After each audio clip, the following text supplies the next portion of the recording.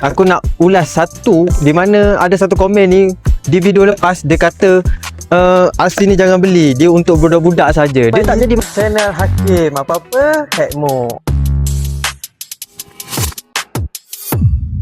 Welcome back to my YouTube channel Hakim apa-apa Hekmo. Alright guys, so jadi di video kali ini kita nak test beberapa ujian dekat RC D-Max ni.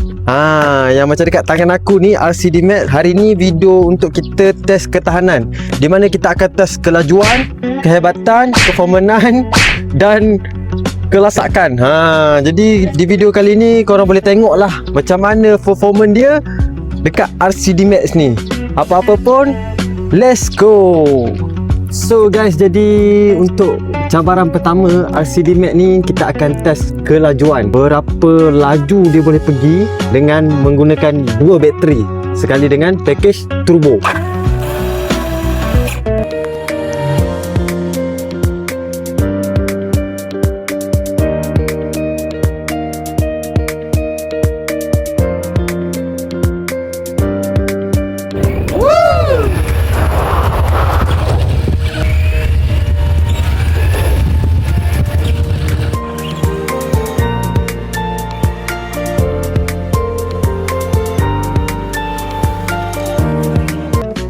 So guys, itulah performance kelajuan dia. Kalau kita kaji balik kelajuan dia ni, dia boleh pergi dalam 60 km sejam.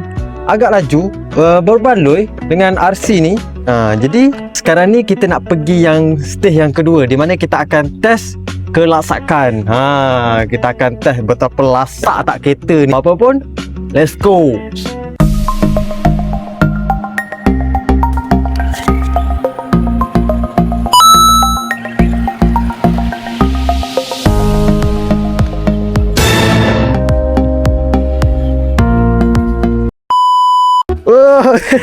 Jatuh dekat dalam. Weh, hidup lagi ke? Hidup lagi ke? Weh, masih hidup. Oi, lasak. So, untuk ketahanan aku boleh bagi 8/10. Memang agak lasak. Jadi, kita akan pergi yang ke seterusnya. Kita nak berlumba dengan tu, kereta warna hitam tu. Kereta buruk tu. Kereta ni yang menang. Cuba korang komen banyak-banyak dekat situ. Korang sebelum berlumba, korang cuba fikir, kau tengok kereta mana laju, kereta pink ke kereta hitam. Jadi kita akan start. Let's go berlumba.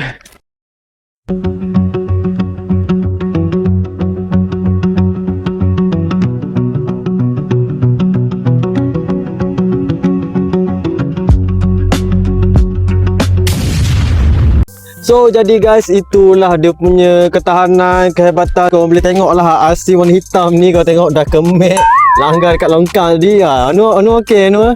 Okey. Dia masih gentle lagi. Okey, kalau kau dah tahu, ini yang version lama dan ini yang version yang remote go. Sebab itulah dia punya laju tu menang dekat ni. Jadi bateri dia tak akan jatuh sebab bateri duduk bawah. Macam ni bateri ni duduk atas. Bila bateri ni duduk atas, dia akan berselerak, dia akan keluar ikut tepi-tepi ni. Okey, jadi memang layan lah main petang-petang ni. Itu je untuk video kali ini.